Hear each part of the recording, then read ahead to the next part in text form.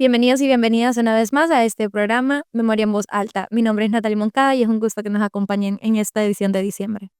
Mi nombre es Gabriel Galindo y en este programa vamos a recorrer tres dimensiones fundamentales de nuestra historia: la integración de Latinoamérica. También estaremos viendo la evolución del sistema internacional de derechos humanos como marco indispensable para la dignidad humana y la experiencia de guerra y paz que transformaron a Centroamérica. También miraremos hacia nuestra casa con hechos que marcaron la historia reciente, como la represión sufrida en, en las calles después de un fraude electoral en 2017. Así es, diciembre es un mes de reflexión tanto para Honduras como para la región, pero iniciemos con la primer efeméride que tenemos del programa, que es sobre la fundación de la CELAC del 3 de diciembre del 2011. El 3 de diciembre de 2011, la Comunidad de Estados Latinoamericanos y Caribeños, CELAC, fue fundada como un avance hacia la unidad y la integración de América Latina y el Caribe, en línea con el ideal bolivariano de independencia y solidaridad. Esta organización se erigió en contraste con la doctrina Monroe, que desde 1823, bajo el lema América para los americanos, promovía la expansión de Estados Unidos para controlar la región política, militar y económicamente. La CELAC busca fomentar la paz, el desarrollo sostenible y la justicia social mediante la cooperación y el comercio justo. En su misión, la CELAC aborda temas como la seguridad alimentaria, la igualdad de género, la migración y la paz, honrando el legado de Simón Bolívar, cuyo liderazgo visionario abogó por la unión de los pueblos latinoamericanos para contrarrestar el dominio imperialista. Este impulso integrador se fortaleció tras la derrota del ALCA en 2004 en Mar del Plata, cuando líderes regionales rechazaron una iniciativa que perpetuaba la dependencia económica y optaron por proyectos como la ALBA, impulsada por Hugo Chávez y respaldada inicialmente por Cuba. La ALBA propuso un modelo alternativo basado en la solidaridad, la cooperación, la complementariedad, la soberanía y el respeto al desarrollo endógeno entre naciones, buscando superar las asimetrías con un comercio justo, alejado de intereses mercantilistas y en sintonía con la visión bolivariana de libertad y gloria. A lo largo de los años, la CELAC ha trabajado para consolidar la integración regional y promover la autonomía de América Latina. Ejemplos de ello, además del ALBA, son la Comunidad Sudamericana de Naciones, luego conocida como UNASUR, que surgió en 2004 y que también contribuyó a la cooperación en áreas de energía, salud y democracia. Estos esfuerzos reflejan un claro rechazo al intervencionismo y buscan fortalecer una identidad regional basada en el respeto a los derechos humanos y la autodeterminación. En la actualidad, la CELAC trabaja intensamente por hacer de América Latina una zona de paz y continúa desempeñando un papel clave, como en la mediación de conflictos, por ejemplo, entre la República Cooperativa de Guyana y la República Bolivariana de Venezuela. En enero de 2024, Honduras asumió la presidencia de la CELAC bajo el liderazgo de la presidenta Xiomara Castro, marcando un momento histórico para el país y reafirmando la resistencia y el compromiso de la región hacia la integración y la igualdad. Ejemplo de ello fue la CELAC Social que se desarrolló en Honduras en el marco del 15 aniversario de la resistencia y del golpe de Estado contra Manuel Zelaya y el gobierno del Poder Ciudadano. Esta presidencia es un tributo al esfuerzo colectivo de los pueblos por construir un continente más justo y unido, en honor a los ideales de Bolívar y Martí, quienes defendieron la independencia y la dignidad de América Nuestra, y en el esfuerzo por hacer de América Latina una zona de paz. Bueno, acabamos de ver la efeméride de la CELAC, un espacio que nace para que los países de esta región de Latinoamérica pues tengan un espacio para para poder dialogar de igual a igual, sin intervenciones extranjeras. Su creación representó un paso firme para consolidar la autonomía de la región frente a siglos de intervencionalismo. Así es, o sea, esto responde a un proceso histórico más amplio que busca un continente unido, solidario y que sea capaz de defender sus propios intereses. Hoy, actualmente, Honduras participa activamente de estos esfuerzos como parte de una política exterior que retoma la integración como un principio fundamental. Sí, justo.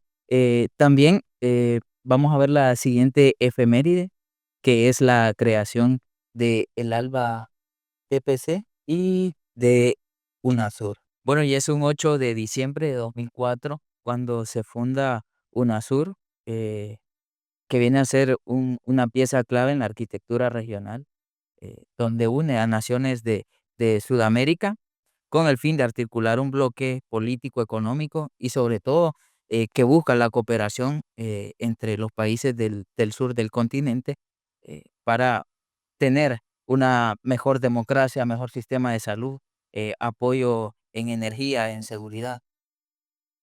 Y es bien interesante que UNASUR se realiza en un momento histórico muy particular cuando varios gobiernos de la región impulsaban lo que eran modelos progresistas y soberanos. O sea, UNASUR logra mediar algunos conflictos internos, prevenir intentos de golpes de Estado y a la vez ofrecer una alternativa real sobre a organismos que tradicionalmente respondían a intereses externos. Y entonces, sin duda, es un paso significativo hacia la autonomía latinoamericana. Sí, justamente ese ha sido el fin de todos estos proyectos que se llevaron a cabo. También en 2004, el 14 de diciembre, se funda el ALBA TCP. Que era un proyecto inspirado profundamente en lo que era la solidaridad, la complementariedad y la justicia social. O sea, a diferencia de los modelos de libre mercado que eran basados en la competencia, el ALBA apuesta por la cooperación entre los pueblos, priorizando lo que es la educación, la salud, la energía y la reducción de las desigualdades. Justamente, y trajo y puso en el centro de la conversación o de sus ideales que los pueblos pueden ayudarse mutuamente sin subordinaciones económicas, que que es lo que se veía en a nivel de región o por las potencias que han querido dominar este lado del continente. Igual, solo que ya no en 2004, sino que en 2008 también tenemos el ingreso de Honduras al ALBA.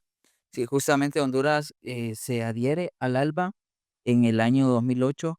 En ese tiempo, quien estaba en la silla presidencial era el presidente José Manuel Zelaya Rosales, un paso gigante para nuestro país que simbolizó una apuesta por la soberanía, por un modelo de integración diferente y colocaba los intereses de la mayoría por encima de los intereses de los que han tenido el poder en nuestro país.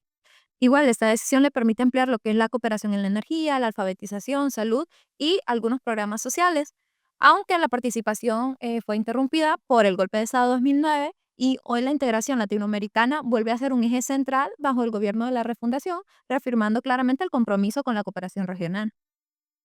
Sí, también, hay otra fecha importante, el 6 de diciembre de 1904.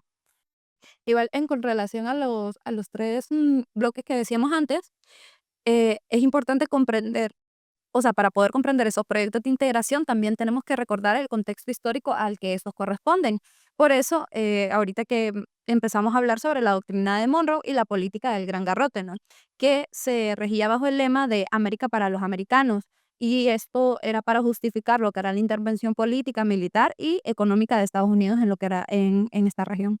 Sí, justamente esta política vino a respaldar lo que eran dictaduras, bloqueos, y es por ello también que se nacen todos estos proyectos como la CELAC, UNASUR, el ALBA, que no son simples acuerdos diplomáticos, sino que son una respuesta ante estas intervenciones.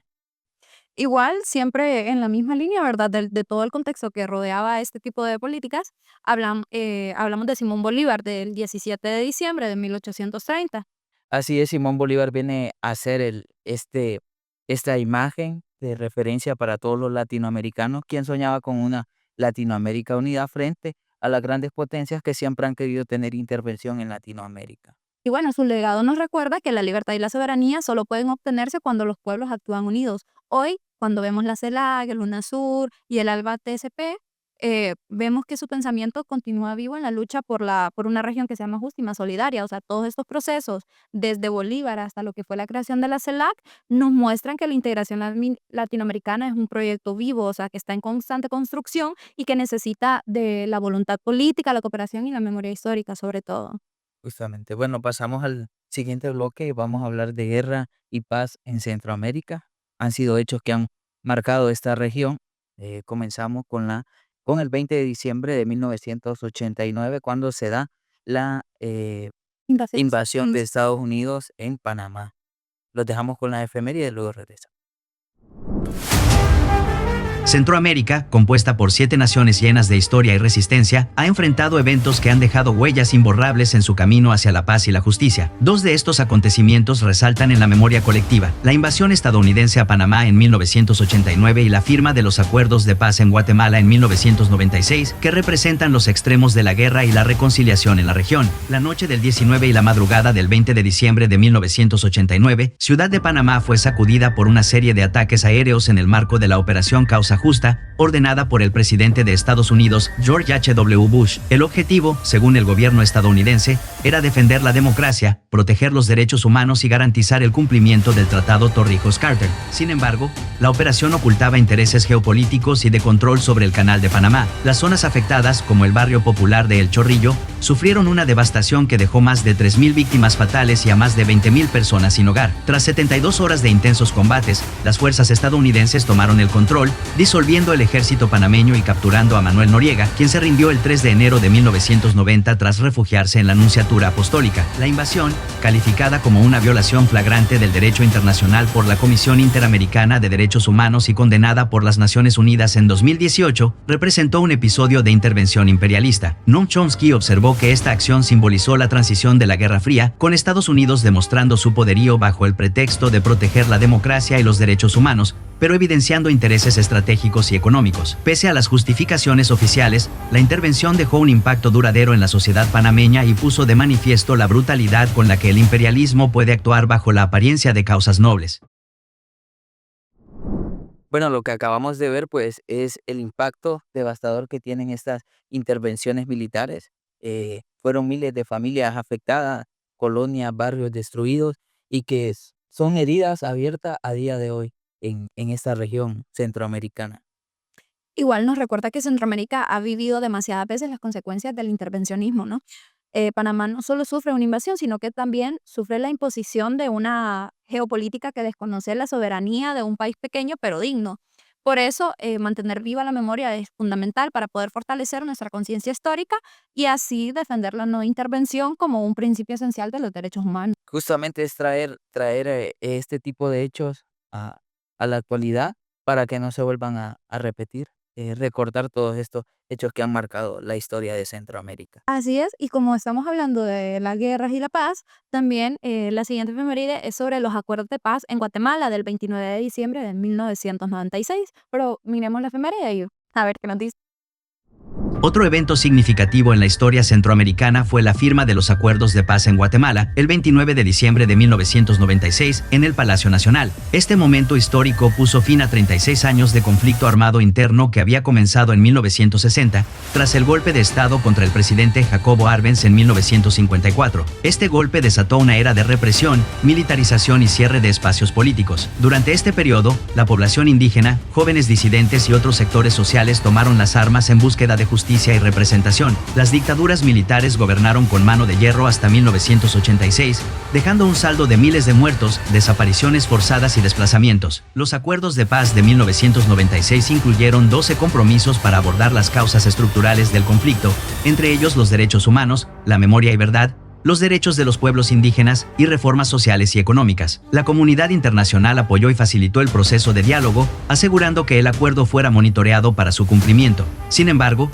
28 años después, a pesar del avance del movimiento de memoria histórica y la lucha de las víctimas por la justicia, el reto de respetar la voluntad popular y proteger la democracia sigue presente. Las recientes tensiones políticas ponen en riesgo los logros alcanzados, aunque el gobierno de Bernardo Arévalo ha mostrado un compromiso renovado para implementar aspectos pendientes de los acuerdos. Desde el gobierno de la refundación, condenamos la violencia y la represión estatal que buscan limitar los derechos fundamentales de la población. Nos comprometemos con la defensa de la justicia social, la paz y la autodeterminación de los pueblos, promoviendo siempre el diálogo y la negociación como medios para resolver los conflictos. Creemos que la convivencia, la cooperación y la integración de los pueblos son esenciales para construir un futuro en el que la paz sea una realidad duradera. La historia de la guerra y la paz en Centroamérica nos enseña que solo a través de la memoria y el reconocimiento de los errores podemos avanzar hacia un porvenir de esperanza y reconciliación.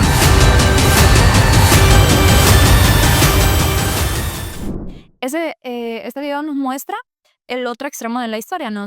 El camino hacia la paz. La firma de los acuerdos en Guatemala fue un esfuerzo profundo por cerrar el conflicto que dejó más de 200.000 víctimas y golpeó especialmente a los pueblos indígenas.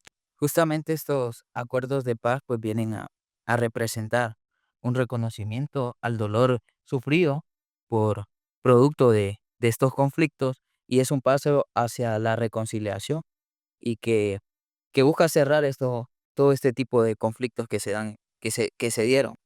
Así es, la guerra y la paz en Centroamérica no son simplemente hechos aislados, sino que son parte de una historia compartida que todavía define nuestras luchas presentes. Sí, también vienen a ser un recordatorio de que la paz, pues al final es un compromiso de todos los que habitamos en una región, no solamente de las autoridades, sino que día a día nosotros tenemos que trabajar por la paz. También vamos a hablar sobre derechos humanos y sistemas internacionales. Vamos a comenzar El Día con- Internacional contra la Corrupción del 9 de diciembre. los dejamos con el video. La corrupción ha sido un problema estructural en Honduras que ha impactado profundamente en la vulneración de los derechos humanos. Un claro ejemplo de ello fueron los 12 años de narcodictadura que se instalaron tras el golpe de Estado contra el presidente Mel Zelaya. Este desafío ha sido enfrentado con determinación por el gobierno de la refundación, liderado por la presidenta Xiomara Castro. En 2022, el Congreso Nacional aprobó el Decreto Legislativo 04-2022, Ley para la Reconstrucción del Estado Constitucional de Derecho y para que los hechos no se repitan. Este decreto establece una comisión anticorrupción con plenos poderes de investigación y total independencia, respaldada por la asesoría de la ONU. La comisión tiene la misión de llevar a cabo investigaciones basadas en inteligencia y análisis financiero y tomar acciones punitivas para combatir el saqueo de los bienes públicos. La ONU propondrá profesionales de reconocida honorabilidad para dirigir la comisión y asesorar su labor, garantizando un alto estándar internacional. Todo se hará bajo el convenio que el Poder Ejecutivo suscribirá con la ONU, impulsado por la presidenta. Como parte de estos esfuerzos, se han realizado gestiones con la Secretaría General de las Naciones Unidas para la instalación de una Comisión Internacional contra la Corrupción e Impunidad en Honduras, CICI. Esto representa una oportunidad crucial para fortalecer el Estado de Derecho y el marco institucional. La Convención de las Naciones Unidas contra la Corrupción, ratificada por Honduras en 2005, obliga al país a contar con autoridades independientes y eficaces para investigar y combatir la corrupción. Sin embargo, durante 13 años, Honduras vivió un periodo marcado por la corrupción generalizada y la instauración de un narcoestado. Casos como el desfalco del Seguro Social y la compra fraudulenta de hospitales móviles evidenciaron la magnitud del problema. Transparencia Internacional posicionó a Honduras como la cuarta economía más corrupta de América. En 2022, el índice de percepción de la corrupción lo ubicó en el puesto 157 de 180 naciones, mostrando un preocupante descenso. Se estima que un 12% del PIB se pierde en actos ilícitos y lavado de dinero. El gobierno de Xiomara Castro ha implementado medidas clave para revertir esta situación. La derogación de más de 90 fideicomisos, reformas estructurales para superar las barreras en la lucha contra la corrupción y el fortalecimiento de las instituciones estatales. También se ha promovido la cooperación con organismos internacionales y la investigación de casos de corrupción, junto con reformas legislativas para reforzar el Estado de Derecho y la propuesta de la Ley de Justicia Tributaria. Asimismo, se han eliminado las sedes para garantizar el cumplimiento tributario de quienes poseen grandes capitales. Este 9 de diciembre, Día Internacional contra la Corrupción, el gobierno de la refundación reafirma su compromiso con esta lucha, que sigue siendo uno de sus mayores retos. La participación ciudadana es esencial para ejercer una democracia activa y exigir la recuperación de los fondos públicos robados. La corrupción es un robo al pueblo, y solo con un esfuerzo conjunto y sostenido se logrará un cambio real y duradero en Honduras. Mira, vamos la efeméride del Día Internacional contra la Corrupción, el 9 de diciembre, y es que la corrupción viene a ser no solo una Problema. violación, viene a ser una violación directa a los derechos humanos que afecta el acceso a la salud, el acceso a la educación, el acceso a la seguridad. Lo vimos en el video, pues la corrupción impacta la vida de todos los ciudadanos. Así es, por eso el 9 de diciembre no es simplemente un recordatorio, sino es un llamado a asumir la importancia de la lucha contra la corrupción, o sea, que es una lucha al final por la vida digna. Honduras ha iniciado un esfuerzo por reconstruir las instituciones, así poder recuperar lo robado y dignificar a quienes han sido víctimas o han sufrido las consecuencias de lo que es el saqueo público. Justamente. También el 10 de diciembre, una fecha de suma importancia, ese día se celebra el Día Internacional de los Derechos Humanos. Los dejamos con el video, luego regresamos. El 6 de agosto de 1945, a las 8:15 de la mañana, el lanzamiento de la bomba atómica sobre Hiroshima marcó el inicio de una era que mostró el poder destructivo de la humanidad y evidenció la urgente necesidad de buscar la paz. Este devastador acontecimiento condujo, 3 años después, a la creación de las Naciones Unidas y a la adopción de la Declaración Universal de los Derechos Humanos, el 10 de diciembre de 1948. Este documento histórico se convirtió en un símbolo de esperanza, representado por la Paloma de la Paz, y en un compromiso global para detener las guerras y las ambiciones imperialistas. Sin embargo, los esfuerzos por proteger los derechos humanos no han sido suficientes. Las intervenciones militares y las injerencias en países como Vietnam, Nicaragua, Panamá, Afganistán y, más recientemente, en Ucrania y Palestina, junto con bloqueos económicos como el aplicado a Cuba, siguen desafiando los principios de los derechos humanos. Reconocer las violaciones y aplicar políticas públicas a largo plazo sigue siendo esencial para educar y promover la paz. En 2024, lograr la paz aún requiere más que buenas intenciones. Necesita diálogo, negociación y acuerdos políticos que permitan resolver los conflictos desde su raíz y cumplir con los tratados internacionales. Los principios de la Declaración Universal de los Derechos Humanos deben adaptarse al contexto actual. La presidenta Xiomara Castro ha reafirmado su compromiso con la promoción y protección de los derechos humanos, convirtiéndolos en un eje central de su gobierno y llamando a la unidad global para detener los actos de exterminio y las violaciones de derechos en todo el mundo. El gobierno de la refundación, liderado por la presidenta Castro y la Secretaría de Derechos Humanos, fortalecer los programas de desarrollo social y reducción de la pobreza, ratificar el protocolo facultativo para la eliminación de la discriminación contra la mujer, aprobar la ley integral contra la violencia hacia la mujer, ratificar el acuerdo de Escazú, implementar un plan nacional de acción en empresas y derechos humanos, cumplir las sentencias internacionales y colaborar con mecanismos de protección de derechos humanos. Estos compromisos reflejan la magnitud de los desafíos y la firme determinación de Honduras de avanzar hacia un futuro más justo y equitativo. Como vemos, la Declaración Universal proclama que todas las personas nacemos libres e iguales, pero al final su vigencia depende de cada estado, o sea, y de que la asuma como un compromiso ético y político. O sea, hoy más que nunca necesitamos que todos estos principios guíen lo que es la vida pública, las instituciones y la convivencia social. Justamente, y de Honduras y el gobierno de la presidenta Xiomara Castro han reafirmado este compromiso del fortalecimiento de políticas de verdad, reparación y de justicia. El gobierno de la presidenta eh, ha invertido alrededor de 230.000 millones de lempiras en el fortalecimiento de de los derechos y dar garantía de los derechos humanos a toda la ciudadanía. Igual, ¿verdad? Como en este mes de diciembre tenemos una carga bastante amplia en relación a los derechos humanos, tenemos el Día Internacional de las Víctimas del Genocidio que se conmemora el 9 de diciembre. Bueno, ese día también conmemoramos el Día de las Víctimas del Genocidio. Esta fecha nos recuerda que los genocidios no surgen de la nada, comienzan con discursos de odio, con la deshumanización y la negación de la diversidad. Y justamente en la actualidad miramos discursos de odio de parte de líderes políticos que fomentan este tipo de acciones. Así es, el genocidio es el crimen más grave que puede cometer un Estado o un grupo organizado, o sea, porque este implica la intención de destruir total o parcialmente a un grupo nacional, étnico, racial o religioso. O sea, su prevención exige de la memoria, de la justicia y de una vigilancia permanente para que se puedan identificar las señales tempranas de la violencia masiva.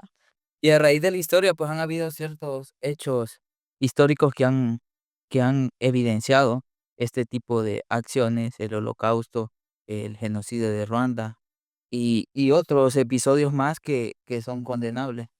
Así es, Honduras por eso reconoce esta fecha como un compromiso con la prevención de atrocidades y con la construcción de una cultura de paz. La defensa de los derechos humanos al final empieza con rechazar cualquier discurso que busque dividir la sociedad, estigmatizar a un grupo o justificar la violencia. También el 2 de diciembre conmemoramos el Día de la Abolición de la Esclavitud. Así es, cada 2 de diciembre recordamos la lucha mundial contra la esclavitud y sus formas contemporáneas, o sea, la trata de personas, la explotación laboral, la servidumbre y el trabajo infantil. Justamente también reconocer de que esto no ha desaparecido. Simplemente ha cambiado de rostro y es por ello que traemos a la mesa este tema de suma importancia y es denunciar todas estas prácticas y fortalecer los mecanismos de protección para el trabajo de de las personas. Igual el 3 de diciembre tenemos también el Día Internacional de las Personas con Discapacidad. Bueno, el 3 de diciembre reflexionamos sobre los derechos de las personas con discapacidad. No solo se trata únicamente de acceso físico, sino también de la inclusión plena en cuanto a educación, trabajo, prácticas políticas y tener una vida cultural. Así es, o sea, hay que recordar que la discapacidad no se encuentra en las personas, sino en las barreras sociales. Y la Honduras que nosotros estamos construyendo tiene que garantizar la igualdad de oportunidades, la accesibilidad universal y una vida digna para todas las personas. Justo, el 20 de diciembre también es una fecha de suma importancia. Ese día conmemoramos el Día Internacional de la Solidaridad. La solidaridad humana es la base de los derechos humanos, ¿no? El 20 de diciembre recordamos que al final ninguna sociedad puede avanzar si no reconoce la interdependencia entre sus comunidades. Más allá de su importancia, que la debemos de tener o hacer parte de nuestro día a día, la podemos utilizar como una herramienta política. Esta nos permite construir sociedades más justas, apoyar a quienes más sufren y que al final es el sentido, ayudar a los más desprotegidos. Bueno, igual todas estas fechas, la corrupción, derechos humanos, genocidio, esclavitud, discapacidad y solidaridad son parte de un mismo mensaje. O sea, la dignidad humana debe ser defendida siempre y en todo lugar. La memoria y la justicia y la prevención de que dependen de que nosotros reconozcamos la importancia de estos principios y que los llevemos en la aplicación a la vida diaria. Y bueno, con estas reflexiones creo que podemos continuar adelante con el podcast y ver el siguiente enfoque, ¿no? Sí, justamente hablaremos de migración y derechos humanos. En este bloque, pues abordaremos uno de los temas más urgentes y sensibles para nuestro país. Bueno, la migración hondureña tiene un trasfondo histórico, ¿verdad? Que se remonta a los años 80, cuando los conflictos armados en Centroamérica, la militarización, la crisis económica empujan a miles de familias a buscar refugio en el norte.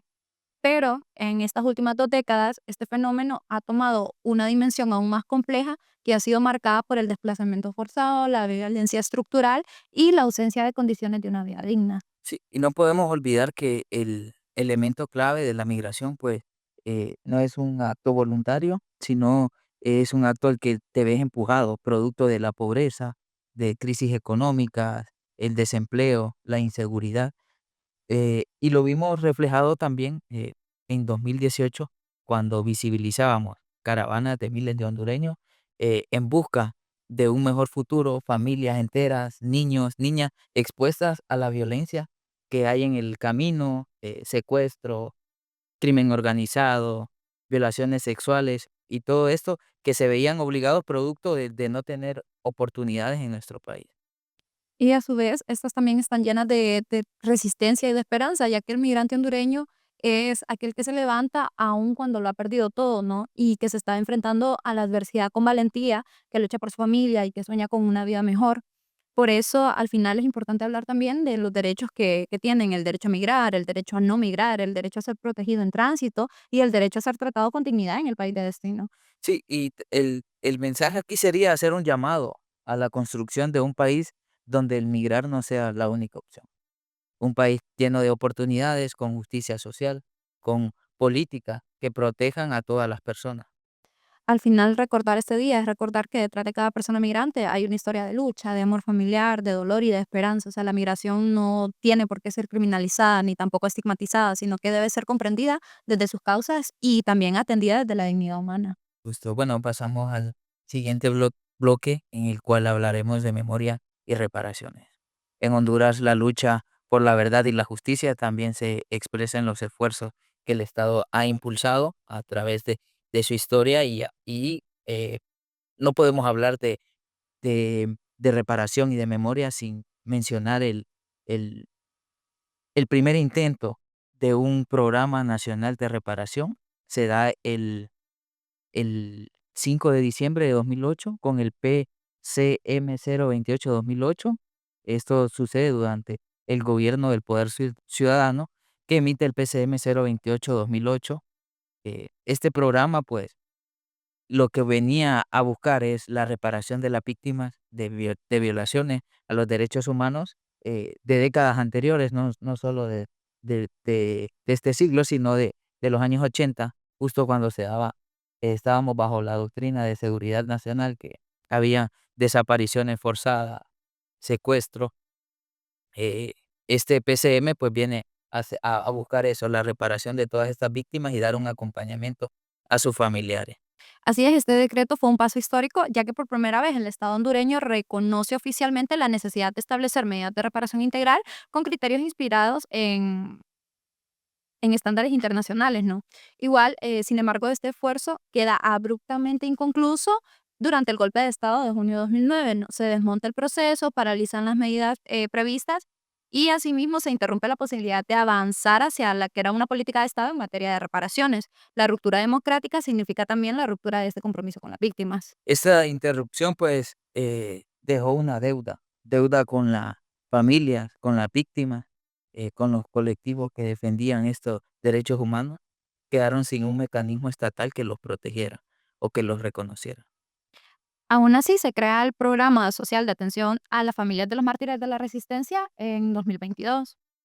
Sí, justo esa deuda histórica comenzó a saldarse en el 2022 cuando el gobierno de la refundación de la presidenta Xiomara Castro, mediante el decreto 04/2022, también reconoce como la ley, también reconocida como la Ley para la Reconstrucción del Estado de Derecho y para que los hechos no se repitan. En cumplimiento de esta ley, se crea el Programa Social de Atención a las Familias de los Mártires de la Resistencia hondureña, que es coordinado aquí en la Secretaría de Derechos Humanos a través del Programa de Memoria Histórica y de Reparación. Este programa retoma y actualiza los principios de una reparación integral, incorporando también estándares internacionales y un enfoque que está centrado en la dignidad humana. Bueno, este trabajo desarrollado en 2022-2025, tiene 4 pilares fundamentales. Entre ellos está el reconocimiento público de los mártires, el acompañamiento socioeconómico mediante estudios integrales que permitan identificar vulnerabilidades y necesidades reales de las familias, también medidas de reparación y memoria histórica, asegurándose de que los hechos no queden en el olvido y que las nuevas generaciones comprendan el costo humano de la ruptura democrática. Lo más importante es que este programa reconoce que la reparación no se limita simplemente a un apoyo económico, sino que también involucra reconstruir proyectos de vida, o sea, dignificar la memoria de aquellos que fueron asesinados y acompañar a las familias en sus demandas de verdad, justicia y la garantía de no repetición. Justamente hablar de, de hechos históricos y memoria, pues es una tarea permanente, para que todos estos hechos no vuelvan a ocurrir y que, y que más allá de que no es el crear esa conciencia en la ciudadanía de que estos hechos nos han marcado, Sí, que no podemos permitir que vuelvan a ocurrir. es que al final hablar de reparaciones es hablar desde la humanidad, o sea, no se trata simplemente de reconocer un daño, sino que se trata de restaurar las dignidades, sanar las heridas y reafirmar el compromiso del Estado con aquellos que han sido víctimas de violencia históricamente, o sea, la memoria es una forma de reparación. Listo. Bueno, pasamos al siguiente bloque. En este hablaremos de violencia política y memoria reciente. Bueno, la memoria reciente de Honduras está marcada por varios episodios de violencia política que han dejado profundas heridas en el tejido social, ¿no? Por eso diciembre es un mes especialmente sensible porque nos recuerda dos momentos trágicos, por ejemplo, la represión postelectoral de 2017 y las décadas de antes, los crímenes cometidos bajo la doctrina de seguridad nacional entre 1980 y 1993, y estos periodos pues al final revelan cómo la ausencia de la institucionalidad, el autoritarismo y la militarización pueden derivar en graves violaciones a los derechos humanos. Justo diciembre de 2017 es un mes que permanece vivo en la memoria de todo el pueblo hondureño. Tras un proceso electoral marcado por irregularidades, la ciudadanía salió a las calles a defender su voto, a exigir eh, que se respetara la voluntad popular. La respuesta a esto fue represión total, pero vamos a ver la efeméride y luego regresamos. Después del golpe de Estado contra el presidente constitucional Manuel Zelaya en 2009, Honduras vivió una época de intensa lucha social y resistencia. Mientras el pueblo se movilizaba para restablecer la democracia, las clases en el poder consolidaron un régimen de narcodictadura. Entre 2009 y 2017, los procesos electorales en el país se caracterizaron por el fraude y la manipulación. A pesar de que se proclamaba el respeto a la voluntad popular, en la práctica se gestaban elecciones viciadas, como las de 2009, en las que Porfirio Lobo Sosa, del Partido Nacional, se impuso sobre Elvin Santos, del Partido Liberal, con el apoyo de instituciones golpistas. La situación se agravó en las elecciones de 2012, cuando el Partido Nacional, respaldado por una alianza de poder económico y político, desvió millones de dólares hacia la campaña de Juan Orlando Hernández. Pese al apoyo del pueblo al Partido Libertad y Refundación, Libre, y su candidata Xiomara Castro, el fraude prevaleció. Este robo electoral contó con la complicidad de las instituciones estatales y el respaldo del gobierno de Estados Unidos. A lo largo de la gestión de Juan Orlando Hernández, la represión y las políticas de exclusión social se intensificaron, la corrupción y las redes de narcotráfico se expandieron, y la política de Estado se convirtió en un instrumento para silenciar a quienes resistían y denunciaban las injusticias. La lucha popular alcanzó su punto álgido en las elecciones generales de 2017. Diversos sectores sociales e ideológicos unieron fuerzas, formando la Alianza contra la Dictadura, compuesta por Libre y el Partido Innovación y Unidad, PINU, con Salvador Nasralla como candidato presidencial y Xiomara Castro como designada presidencial. La alianza representaba un intento de establecer un nuevo pacto social mediante un gobierno de transición y reconciliación nacional. Las elecciones del 26 de noviembre de 2017 transcurrieron con normalidad aparente, y los primeros resultados, con el 57% de las actas escrutadas, mostraban una tendencia favorable e irreversible hacia la alianza. Sin embargo, la situación cambió drásticamente. El 29 de noviembre, se reportó una caída de 10 horas de los servidores del Tribunal Supremo Electoral, TSE, lo que generó sospechas de manipulación. La población respondió tomando más de 200 puntos estratégicos en carreteras en protesta contra el fraude, enfrentándose a una represión brutal que dejó a la compañera Kimberly Fonseca y otros 5 compañeros asesinados solo en Tegucigalpa. Ese mismo día, el régimen suspendió las garantías constitucionales por 10 días. El 17 de diciembre, el TSE proclamó como ganador a Juan Orlando Hernández, con el aval de la Embajada de Estados Unidos y la Organización de los Estados Americanos, OEA.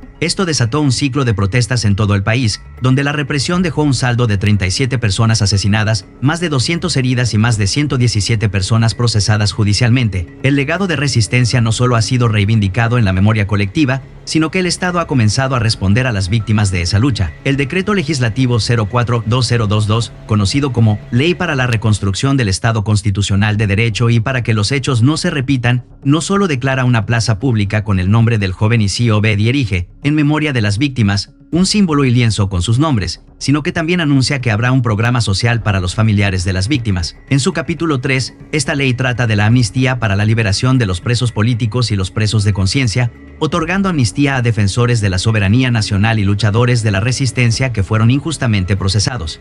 La presidenta Xiomara Castro crea el Programa Social de Atención a las Familias de los Mártires de la Resistencia, un paso significativo para reconocer el sacrificio de quienes dieron su vida por la justicia y la democracia.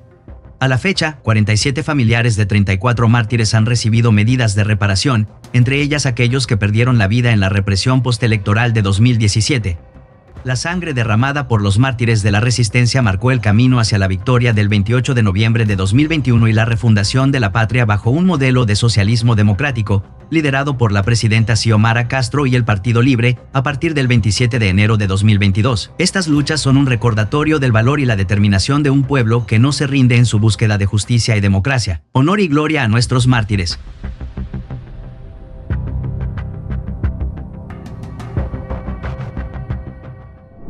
Bueno, cada imagen que acabamos de ver nos recuerda que la democracia no es simplemente un mecanismo electoral, sino que es el respeto pleno a la vida humana. Ningún proceso político puede justificar la violencia contra la población civil. Justo, y es por eso el decreto 04-2022 reconoce las víctimas de este periodo, estableciendo medidas de reparación, así como garantía de no repetición. Recordar lo ocurrido en 2017 es esencial para asegurarnos de que estos hechos no se repitan más. Ok, igual tenemos lo que mencionábamos antes, ¿verdad? El listado de desaparecidos bajo la doctrina de seguridad nacional entre 1980 y 1993. Entre 1980 y 1993, Honduras vivió uno de los periodos más oscuros en la historia reciente. Esto en la doctrina de seguridad nacional, que legitimó eh, la desaparición forzada, eh, también persecuciones sistemáticas a defensores de derechos humanos, a estudiantes líderes sociales, violentando los derechos humanos de todas estas personas. Al final igual recordamos a cada persona desaparecida, ya que cada nombre representa una historia, un proyecto interrumpido y una ausencia que pesa en la memoria colectiva. Justo reafirmamos el compromiso del Estado hondureño de avanzar en la verdad, la investigación histórica y la obligación internacional de prevenir, sancionar y erradicar las desapariciones forzadas. Las víctimas no pueden quedar en el silencio y la memoria debe prevalecer. Igual, discutiendo el tema de las víctimas mortales del conflicto postelectoral 2017, también tenemos un listado en recuerdo de estas víctimas, porque del mismo modo las víctimas mortales del conflicto postelectoral de 2017 representan un capítulo doloroso de nuestra historia reciente. Muchas de estas personas fueron jóvenes, trabajadores, madres y padres que ejercían su derecho constitucional a la protesta. Sus muertes vienen a representar o a simbolizar un costo humano de la represión estatal. Hoy sus familias siguen buscando justicia, reconocimiento y la reparación. Esta lista es una muestra mínima, pero profundamente significativa del sacrificio de quienes creyeron en la democracia y en la defensa de su país. A cada familia, a cada colectivo afectado, les decimos que su lucha no ha sido olvidada. Sus seres queridos forman parte de la memoria viva de la nación. Bueno, y sus recuerdos sus legados nos recuerdan que la defensa de la democracia debe ser pacífica, inclusiva y respetuosa de la vida humana.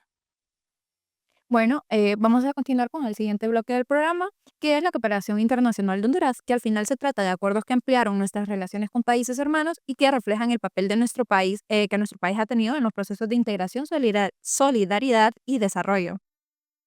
Bueno, vamos a comenzar con el acuerdo del 21 de diciembre de 2006 entre Honduras y Cuba.